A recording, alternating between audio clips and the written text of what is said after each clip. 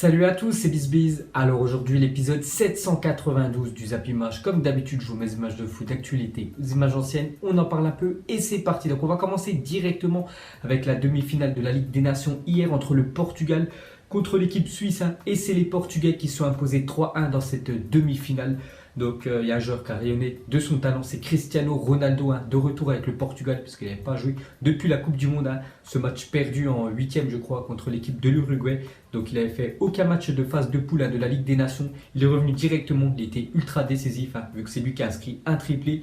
Donc le buteur suisse c'est Rodriguez qui a marqué un but sur penalty. Donc le Portugal les gars se qualifie pour la première édition de cette Ligue des Nations. Ensuite on revient sur Cristiano Ronaldo qui a marqué au moins un but dans toutes les compétitions internationales qu'il a disputées avec le Portugal. Donc ça commence depuis l'Euro 2004 où le Portugal est allé jusqu'en finale. En plus c'était chez eux, ils avaient perdu en finale contre l'équipe grecque. C'était vraiment la surprise.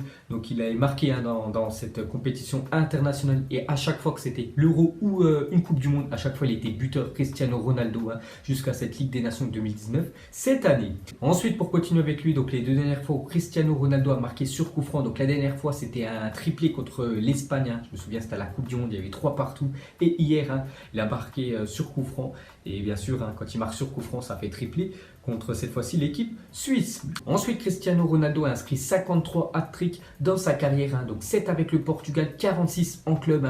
Donc on peut voir qu'il a marqué quand même 44 avec l'équipe du Real Madrid. Bon après c'est l'équipe, le club où il a joué le plus de saisons, on peut dire CR7, une fois avec Manchester United et une fois avec l'équipe de la Juventus.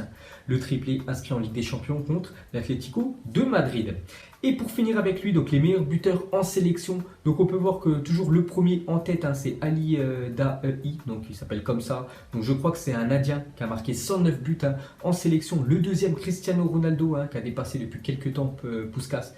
L'ancien attaquant hongrois, donc Ronaldo, pourquoi pas dans le futur s'il continue avec le Portugal détrôner cette première place. Ensuite, une autre bonne nouvelle pour lui, donc Catherine Mayorga, la femme qui accusait Cristiano Ronaldo de viol à Las Vegas en 2009, aurait retiré sa plainte. Donc vous vous souvenez, on avait parlé il y a quelques mois que CR7 était accusé de viol par rapport à cette femme. Donc elle a retiré sa plainte, donc encore une mytho, tout simplement qui a essayé de gagner de l'argent contre CR7. Et pour finir avec lui, regardez la cuisse impressionnante de Cristiano Ronaldo à l'entraînement avec l'équipe du Portugal. Donc c'est vrai que Cristiano Ronaldo, il est au top de sa forme, j'en suis sûr qu'il peut jouer jusqu'à 40 ans. Actuellement, il a 34 ans à CR7, mais regardez, il est toujours au top physiquement, le joueur portugais. Ensuite, on clôture cette page Cristiano Ronaldo et le Portugal et on va parler d'un joueur brésilien.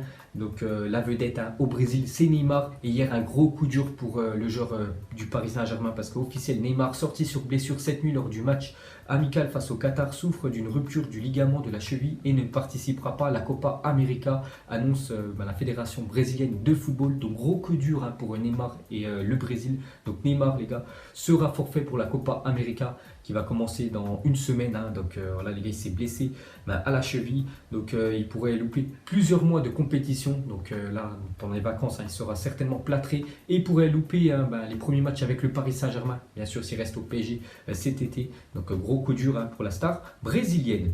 Ensuite pour continuer avec lui donc c'est bien la cheville de Neymar qui est touchée et non pas le métatarse. Donc le métatarse c'est ce qui lui avait posé aussi préjudice il y a quelques mois les gars. C'est à cause de ça qu'il avait loupé les matchs de Ligue des Champions contre l'équipe de Manchester United. Mais cela pourrait être très grave pour Neymar. Comme je l'ai dit les gars, ça devrait être plusieurs mois d'indisponibilité pour le Brésilien. Et pour finir avec Neymar, on peut voir qu'il fait la une Journal Sport aujourd'hui en Espagne. Donc quand ils ont fait cette une, ils ne savaient toujours pas que Neymar s'était blessé, on peut dire, pour quelques mois. Donc selon Sport, Neymar a repoussé les avances du Real Madrid. Il n'envisagerait en cas de départ que de retourner au FC Barcelone et non du côté du Real Madrid. De plus, le quotidien publie un sondage réalisé auprès de fans du Barça qui préfèrent à 73% un retour de Neymar que de recruter Antoine Griezmann. Donc voilà, si Neymar vraiment venait à quitter le Paris Saint-Germain cet été ou l'été prochain, ce serait certainement pour retourner du côté du Barça et non du côté du Real Madrid. Mais peut-être ça va refroidir, on peut dire, l'équipe du Barça, même l'équipe du Real Madrid à cause de ses blessures qu'il a ces dernières années.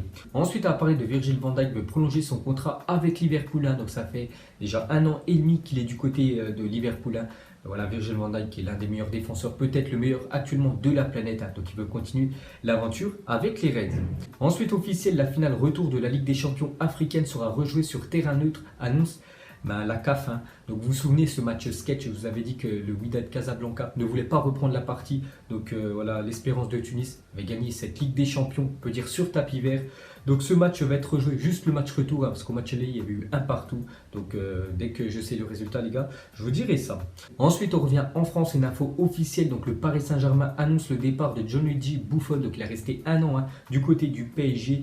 Donc on peut voir qu'il a fait une déclaration, il a dit: le Paris Saint-Germain m'a proposé de renouveler mon contrat, mais je ne me suis pas senti d'accepter, poussé par le désir d'affronter des nouvelles expériences. Donc voilà ce qu'a dit Buffon, il ne veut pas continuer avec le PSG. Pourtant le PSG voulait lui proposer un an de contrat. Donc moi je trouve quand même que c'est une très bonne nouvelle pour le Paris Saint-Germain, surtout pour les supporters, parce qu'il y en a beaucoup qui voulaient son départ, parce que voilà, il est beaucoup moins bon, on peut dire, que les années précédentes, Buffon, surtout à cause de sa boulette qu'il a fait contre l'équipe de Manchester United. Donc voilà les gars, Buffon et le PSG, c'est enfin terminé. Ensuite, officiel, Infantino est réélu comme président de la FIFA pour les 4 prochaines années. Il était le seul candidat à sa succession. Donc voilà les gars, le futur président de la FIFA, donc c'était déjà lui les années précédentes. Ensuite, on a parlé de Eriksen, malheureux cette année en Ligue des Champions, vu qu'il a perdu la finale contre l'équipe de Liverpool. Donc il a dit: je pense que je suis à un moment de ma carrière où je peux vouloir essayer quelque chose de nouveau. J'ai le plus grand et profond respect pour Tottenham et y rester ne serait pas négatif. Cela dit, j'aimerais essayer quelque chose de nouveau. Donc en gros, il veut quitter l'équipe de Tottenham. Eriksen, qui a une grosse valeur marchande.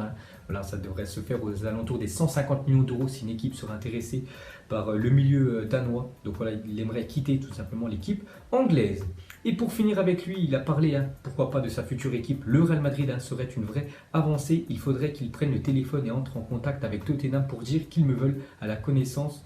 Ce n'est pas le cas pour le moment. Donc en fait, il fait l'appel du pied, on peut dire, pour l'équipe du Real Madrid. Actuellement, le Real Madrid n'a proposé aucune offre pour le joueur. Ensuite, une déclaration de Léo Messi, il a dit: nous étions à la maison et nous avons commencé à jouer un peu au ballon. Et Matteo, donc son fils, me dit: alors vous, donc Messi et son fils Thiago, vous êtes le Barça et moi je suis Liverpool qui va gagner contre vous. Donc voilà le petit pic qu'a envoyé le fils aîné de Lionel Messi par rapport à son père. Tout simplement, il a dit que lui c'est Liverpool et qui va gagner contre l'équipe du Barça. Ensuite, pour finir avec la famille Messi, mauvaise nouvelle pour lui, parce qu'une plainte a été déposée contre Lionel Jorge, donc son père, et Rodrigo, son frère, et la fondation Messi pour fraude fiscale, escroquerie et blanchissement d'argent. Donc voilà, c'est quand même grave. Donc l'auteur de la plainte serait un ancien employé de la fondation Messi. Donc voilà, très mauvaise nouvelle pour la famille Messi. Ensuite, on ouvre la page Coupe du Monde féminine, car demain, premier match, ça sera le match entre l'équipe de France et la Corée du Sud au Parc des Princes. Donc regardez le palmarès de Corinne Diacre, donc la sélectionneuse française. Donc depuis 2017, depuis qu'elle a pris les rênes de l'équipe de France, donc 23 matchs joués, 17 victoires, 3 nuls, 3 défaites. Donc maintenant à elle d'amener son expérience pour que les Françaises soient championnes du monde cette année. Ensuite, les Bleus affrontent la Corée du Sud en match d'ouverture de cette Coupe du Monde. Donc la Corée du Sud, dans le foot féminin, c'est quand même 3 Coupes du Monde. En 2003, premier tour, et en 2015, la deuxième fois qu'ils avaient fait une Coupe du Monde, ils étaient éliminés contre l'équipe de France. En huitième de finale, ils avaient perdu 3-0 contre les Françaises. Ensuite, regardez les stats de Paul Pogba cette saison en Première Ligue par rapport aux autres milieux de terrain. Donc on peut voir qu'en nombre de buts, en nombre de tirs, en nombre de passes D, il est premier comme Paul Pogba. Donc 13 buts, 105 tirs tentés en Première Ligue et 9 passes D. Donc sinon en passes réussies, troisième au classement des meilleurs milieux et en nombre de ballons touchés, plus de 2747 ballons touchés pour les milieux de terrain, c'est aussi une troisième place pour le milieu français.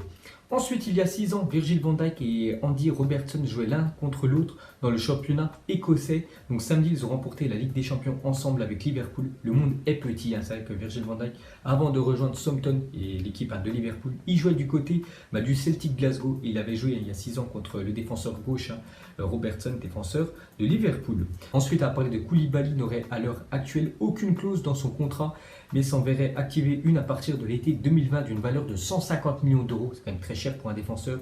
Donc le joueur ne souhaiterait pas aller du côté du PSG, mais serait intéressé par l'Angleterre et l'Espagne. Donc voilà, si un club est intéressé, il va devoir débourser beaucoup d'argent pour le défenseur sénégalais, qui est très bon, pour le mettre dans le top 10 des meilleurs défenseurs de la planète. Donc lui, il aurait une préférence pour l'Angleterre et l'Espagne. Ensuite, la justice espagnole a des preuves, notamment des conversations téléphoniques montrant que la rencontre de Liga Valladolid-Valence Le 18 mai dernier aurait été truqué, donc déjà c'est l'équipe de Valence qui s'est imposée 2-0, donc 7 joueurs de Valladolid auraient laissé Valence gagner et ainsi se qualifier pour la Ligue des Champions. Donc Valladolid ne jouait plus rien parce que c'était déjà maintenu en première division espagnole, mais Valence c'était un match très important parce que s'ils gagnaient, ils jouaient la Ligue des Champions et on peut voir que 7 joueurs de Valladolid, en fait ils auraient fait des paris sportifs, ils auraient misé beaucoup d'argent sur la victoire de Valence, donc ils auraient laissé tout simplement l'équipe de Valence s'imposer dans cette rencontre, donc ils ont gagné beaucoup d'argent, je crois plus de 50 000 euros par joueur, donc voilà, ce match a été truqué, donc ça pourrait faire des grosses sanctions financières et sportives pour l'équipe de Valladolid.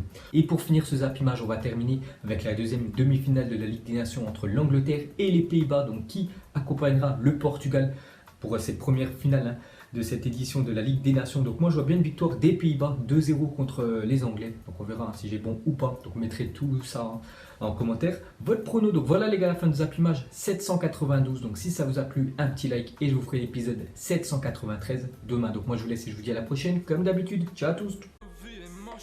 Donc on l'a maquillé avec tes mensonges.